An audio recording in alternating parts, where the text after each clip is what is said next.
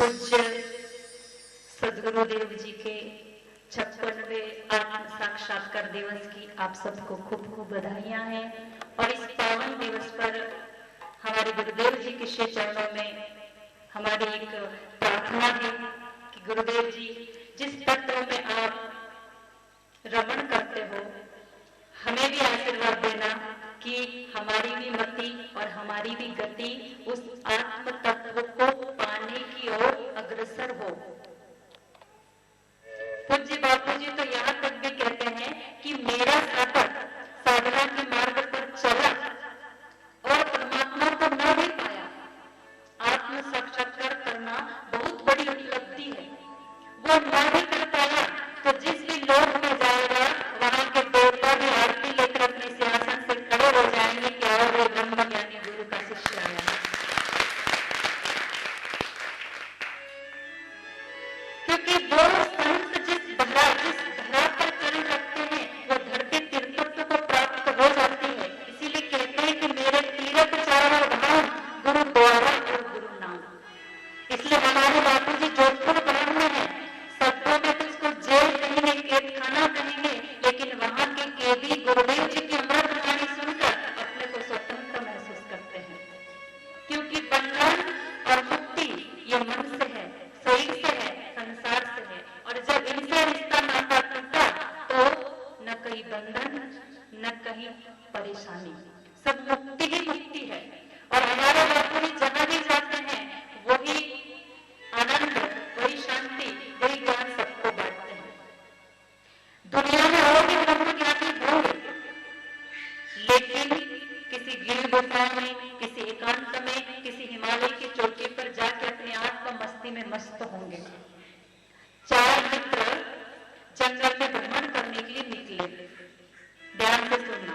अब चारों मित्र जंगल में गए तो उन्होंने देखा, बड़े दृश्य थे, सब देख रहे थे इधर उधर और घूमते रहते। तो घूमते घूमते कोई इधर गया, कोई इधर, कोई उधर गया। तो एक मित्र के कानों में मधुर सा संगीत सुनाई दिया। बढ़िया वीणा की आवाज भी आ रही थी, मृदंग की आवाज भी आ रही थी, ताल की, मंजीरा की, जितने भी संगीत होते हैं उन सब की आवाज उसको सुनाई दे रही थी। तो स्वाभाविक ही है हमारा मन संगीत की ओर आकर्षित होता है। और वो संगीत भी अगर सात्विक हो, आध्यात्मिक हो तो वो हृदय को छू जाता है। तो संगीत की ओर वो चलता गया तो उसने देखा कि संगीत की आवाज जो आ रही बड़ी मधुर सुगंध, इतनी बढ़िया, और पूरी हवामान में सुगंधी सुगंधी फैल गई और इतनी बढ़िया स्वर की लहरियां चल रही थी कि वो अपने आप को रोक नहीं पाया। सब तो इधर उधर हो गए, उस दिशा की ओर चल पड़ा। उसने देखा कि जो आवाज आ रही थी एक बड़ी सी चारों ओर एक दीवार बनी हुई है, काफी ऊंचाई तक। और उसको पता चल गया कि ध्वनि इस दीवार के अंदर से आ रही है। लेकिन वो सोचने लगा